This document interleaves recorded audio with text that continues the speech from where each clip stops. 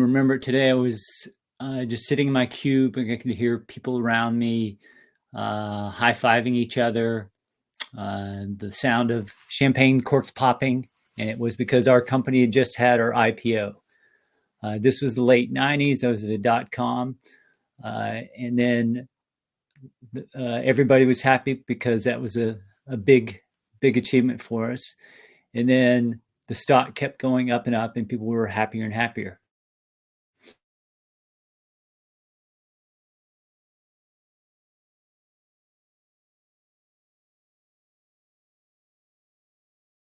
So those of you who know history know that the dot-com bubble burst.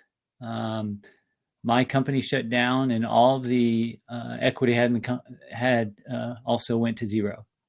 Now, I learned an important lesson, and that was I realized I had to educate myself about how my equity worked. And that's actually what started me down the path to making a career change into financial planning. And the reason I built this firm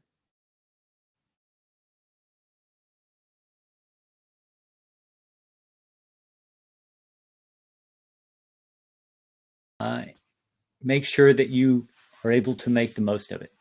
And so that's why we're here today to talk about the tender offer for Databricks. So let's get started. I'm going to share some slides with you.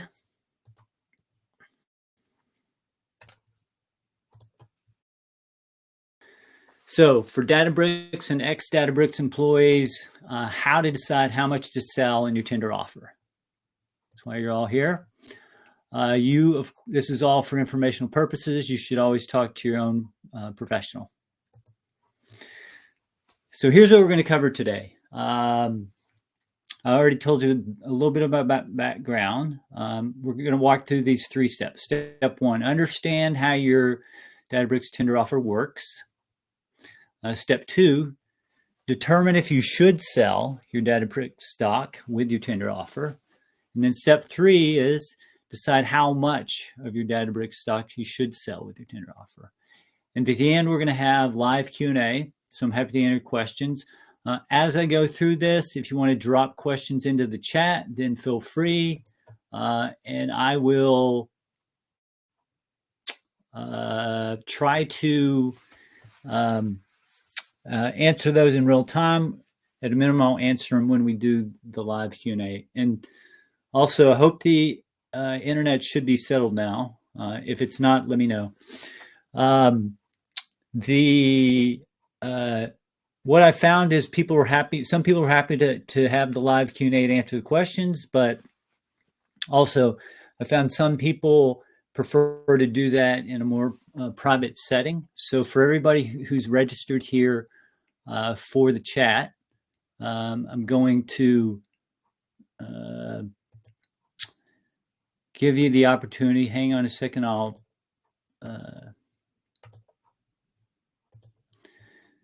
So I want to give those who prefer to have a more private setting, I just put up a schedule now button. So you can just schedule a no cost, no obligation, virtual Databricks tender offer strategy session. We can talk about what's going on with the tender offer, what you should do, and answer any questions about your specific situation. So click on that, you put time in my Zoom calendar, and we can chat. Happy to do that, because this is generalized information and you may want to have questions about your specific situation.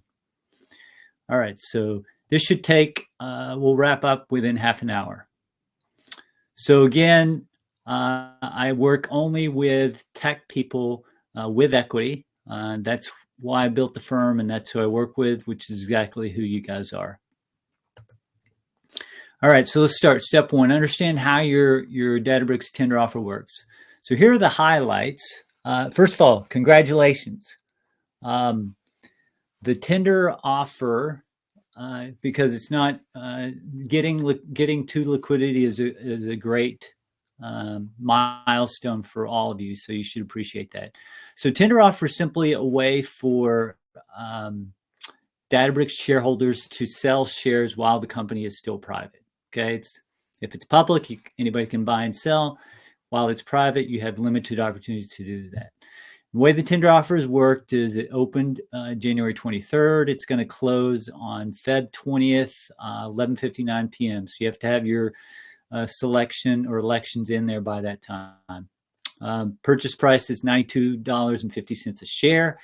And there are limits on how much you can sell. It's 60% of the first million, 40% of your remaining shares that are greater than a million, up to a total of $10 million. The only caveat is if it is oversubscribed, then they may need to do what's called a cutback, and that means they just reduce the maximum on the amounts over $1 million. Okay. And then the funds from the tender offer will settle into ShareWorks, your ShareWorks account, no later than March 14th, 2025. Okay, so those are the highlights. Now, the question of how you guys should handle this, the tender offer itself, really, these are the key things of how to do this. First, you want to determine if you should sell your Databricks stock, with a tender offer. You may or may not want to do that. Secondly, once you decide to do that, you want to decide how much of your Databricks stock you should sell. We're going to cover both of these steps in the rest of the slides. And once you do that, you want to log into your ShareWorks, you review your bank account, bank info, and update it if you need to. And then you're going to elect how many shares you want to sell. Once you do that, you're done, and you have until the deadline of Feb 20th, 11:59 p.m. to make changes, and then payment will be provided in your ShareWorks account no later than March 14th. And then good news is you can use your Databricks proceeds to reach the rest of your financial goals. You can buy a house, save for college, get to financial independence.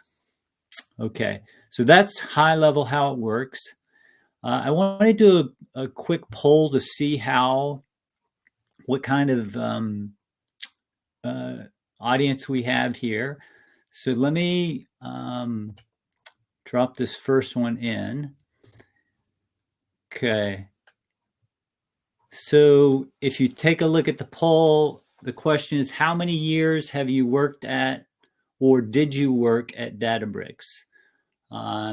Just trying to get a better sense of everyone's background so that I can make sure that the content is tailored for that. So if you guys can drop in the poll, let me please do that. Take about 30 more seconds, have people put in where we are.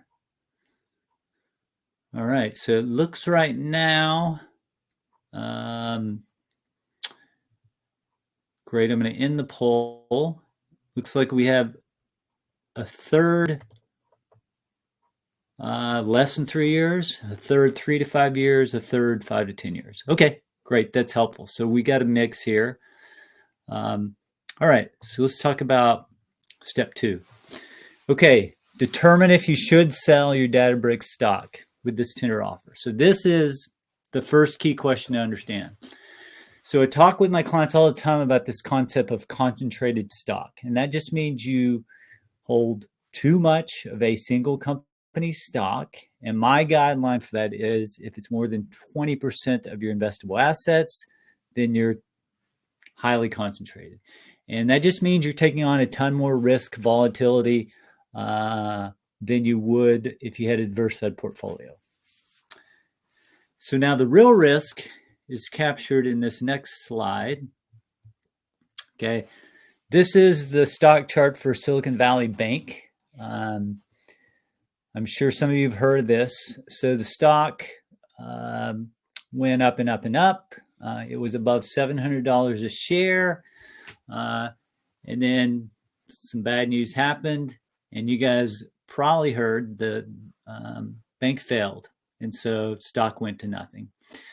Now, I talked to a fellow financial planner, used to work at Silicon Valley Bank, and he talked to a friend who worked there who had almost $7 million all in Silicon Valley Bank stock.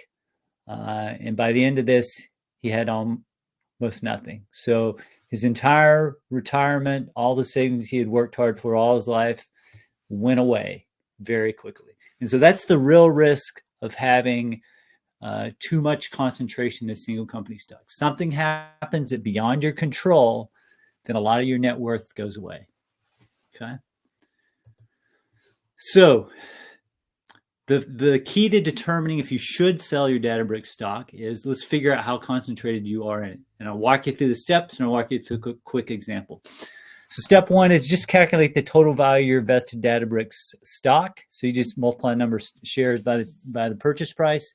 Step two is calculate the total value of your investable assets. That's your savings, investments, retirement accounts, 401k. You add the value of the stock, and then you divide step three, divide the total value of your invested Databricks stock by the value of your investable assets. That's your percentage of concentration. And step four is, if it's more than 20%, you're highly concentrated and you should consider diversifying. Okay. So quick example is, let's say you got 5,000 shares that are vested, $92.50 a share. That's about $460,000 worth of Databricks stock. So you add up your other savings, investments, 401k, it adds up to $540,000. So you add those two together, that's $1 million of total investable assets. So you divide your 460,000 of Databricks stock by the million of total investable assets. You're 46% concentrated in Databricks, and that's more than the 20%. So you're highly concentrated. So you ought to think about diversifying. Okay, and just for context, here, I only work with tech people here in Silicon Valley. It is fairly common for people to come in with 50%, 80%, 95% concentration in a single stock. So it is not unusual. So let me take another quick poll, which we're just looking for a ballpark number here. If you are able to do this in your head, which is how concentrated, now we've given you the steps to figure this out, how concentrated are you in your Databricks stock? So if you guys can take a moment, look at the value of your Databricks stock, and then think about some ballpark number for the rest of your assets, then come up with some concentration. Okay. Coming in 40 to 60, 60 to 80. Okay. All right, let me give you 10 more seconds, and then I'm going to end this poll. Okay, so we've got 20% of you, 60 to 80%, so that's a lot. 40%, 40 to 60, 20%, 20 to 40, and then 20%, 0 to 20. So right now, 80% of you guys are highly concentrated. So for those who are highly concentrated, then that is a reason to seriously consider selling. And that's why you're here. All right, so let's talk about step three. All right, so if you're highly concentrated, you say, hey, maybe I should sell, then let's decide how much of your Databricks stock should you sell with this tender offer. So here are the steps I would, I walk clients through to sell. And that is, start with, all right, do you have any valid near-term cash needs? And if you do, go ahead and sell to cover those, okay? So examples of that would be, maybe you have to pay taxes on your equity that maybe you've been under withheld. You know you're going to have to pay those come April. Go ahead and cash it out. Maybe you know you're going to buy a house. You want to buy a house in the next near term, 6 months or a year. You need a down payment. Go ahead, cash it out so that you can buy your house. So if you have some near-term valid cash need, then it's very reasonable to go ahead and sell at least that to get that cash off the table so that you get whatever is important to you. Okay. The second step is you can decide if you want to keep some percentage. So most of my clients will say to me, hey, I believe in the long-term viability of the business. I want to make sure I have a stake in it. Great. You can keep some stake in it. So I recommend at max 5-10%, but some clients want more than that. So you may say, okay, I want to keep 20% or 30%. Whatever the number is, you need to figure out what you're comfortable with.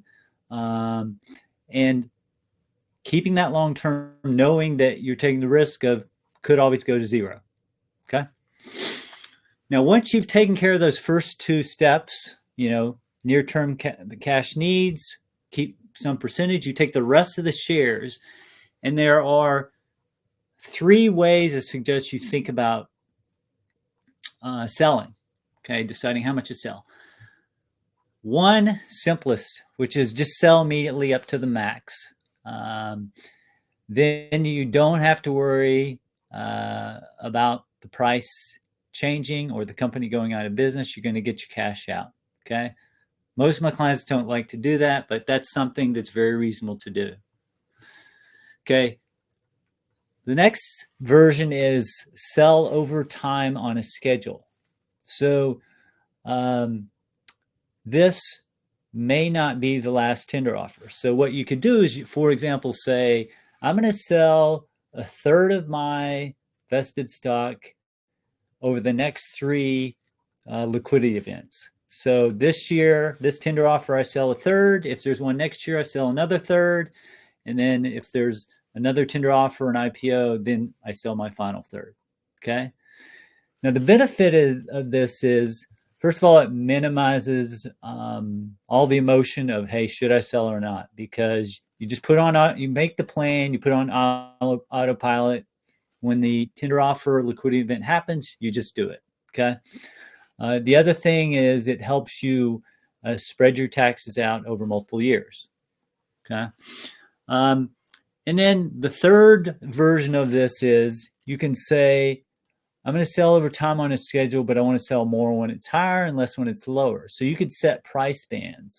So you could just say, for example, okay, if the price is less than $100 a share, I'm going to sell 25%. Okay. If it's between 100 and 120, I'm going to sell 33%. If it's more than 120, I'm going to sell 50%. And then for each tender offer or IPO, wherever the price falls in that band, that's how much you sell. So if it is 110 next tender offer, you sell 33%. Okay. If you have an IPO, it's over 120, then you can sell 50%. Okay. So that's, again, way to minimize the emotion. Another way to spread the taxes out over multiple years. Okay. So that's how I would suggest you think about how much to sell. Start with your near-term cash needs. Decide if you want to keep some long-term, and then use one of these frameworks for thinking about how much to sell. Okay, so let's talk about next steps. So again, this has been generalized advice. So if you want to schedule no cost, no obligation, virtual Databricks tender offer strategy session, then I'm happy to answer questions about your specific situation. Just click on that schedule now button. You put time on my calendar. Okay. So I want to tell you, leave you with a happy path story, and then we can have Q&A. So I had a client, and their company had a tender offer, large, well-known private company. We had the conversation, and he said, well, we really don't know how we want to do this, but help us figure it out. So we put together a plan. We identified their goals. They had a few key goals. One was buy a house. 2 was they had kids, fund college. 3 was get to financial independence as soon as they could. Okay. Put together a plan. We said, okay, what do we need to fund these different goals and over what time frame?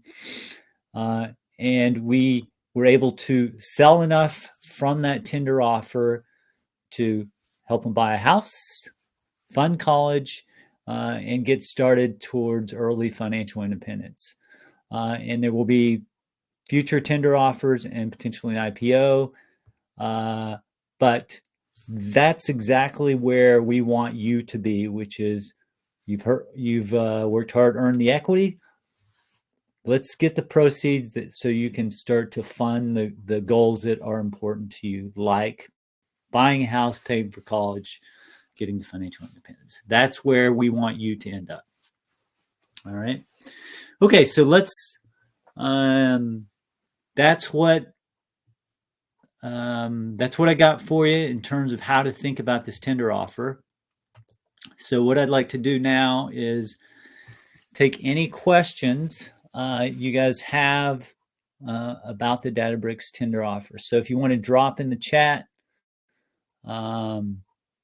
then feel free to drop in any questions. So any questions anybody have? Oh, sorry. One other quick poll before we go, before we wrap this up, which is, all right, we talked about how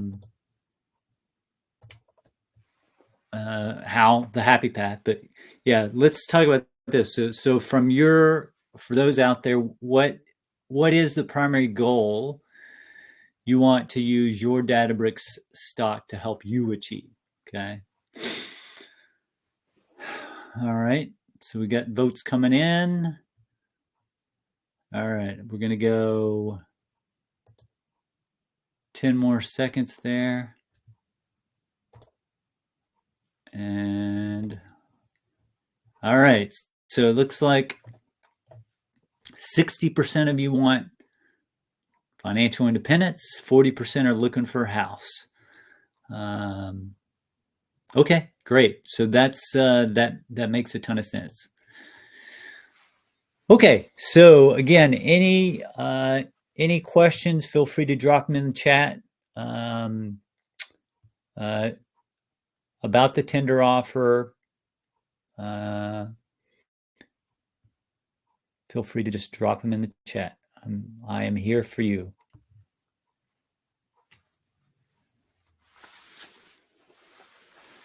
And I'll give folks another minute or so. Any questions?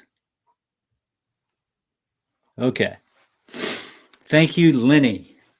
Okay, say I have 4 in shares, but only 2 in shares settled with the remaining being withheld for taxes. What are tax implications of selling the remaining? Okay, got it. So, all right. So Lenny's question is, let's say you got 4,000 shares, okay, but only 2,000 shares settled with the remaining being withheld for taxes. Okay, what are the tax implications of selling the remaining 2,000 as part of the tender offer versus selling only a portion? All right. So let's say you have 4,000 shares that were RSUs. They converted those to common stock. They withheld 2,000 shares to cover the taxes. Okay. First thing to be aware of, you want to make sure that you've withheld enough tax, because you're going to owe, likely this will be treated as ordinary income. It could be as high as 37% federal, could be 12-13% California on top of that. So they may not have withheld that all. So that first thing I would check. But then the question around, what are the tax implications of selling the remaining, say, 2,000? If you sell them with a tender offer, so you've already been taxed on those RSUs for the fair market value when they convert them to common stock, which is $92.50 a share. Okay, so if you sell them for the tender offer at $92.50, that means that you have $0 in gain. So you bought it you got taxed at 9250, you bought it at 9250, you've sold it at 9250, so there's no taxes on those. Let's say you sell some portion, so there would be, let's say you sell 1,000, there's no tax on those. There's a tender offer next year, and let's say instead of 9250, it's 10250. That means then, and then you sell it with that tender offer, there's a $10 gain that you would have to pay taxes on, okay? And if it is more than a year since you got the shares, then it's treated with long-term capital gains. If it's less than a year, it is short-term capital gains, okay? And short-term capital gains is the same tax as your ordinary income, so federal is as high as 37%. Long-term capital gains, the highest federal is 20%, so that would be lower. Yeah. Okay, so Jimmy, the question is, they've already withheld the taxes. If I sell just a fraction, do I get a tax refund when filing next year? So they've withheld your taxes, right? So then whether you get a refund or not depends on the rest of your income. So if you have a very high income year, it's possible that you may actually owe taxes, okay? If you have a low income year, then it's possible you get a refund, but it's going to depend on your specific situation, okay? So to get the right answer, you need to talk to your tax professional. But they withheld, my understanding is they withheld everybody at 37%, which is the highest federal. And they probably did I believe they did the state default, which is probably 10%. But California goes as high as 12, 13, 14 if you're making very high income. So in that case, let's say it was 14.3%, they withheld at 10.3%. That means you're 4% under withheld. That means you owe those taxes, okay? Yeah, so Jimmy, good point. If you don't work, you have no income, then you're in good shape. That'll help. Okay, it's 11:29. I will take one more question if anybody has one more question before we wrap up here. Any other questions? Okay. Lenny Dong. All right. So Lenny says, if during my time at Databricks, I lived in California, but after leaving the company, moved out of state, and when my shares were converted to common stock, I'm in another state, would I get taxed twice in both states? Okay, so I think you guys heard the question. If you lived in California, you earned the stock, but then you moved out of state when they were converted to common stock, will you get taxed in both states?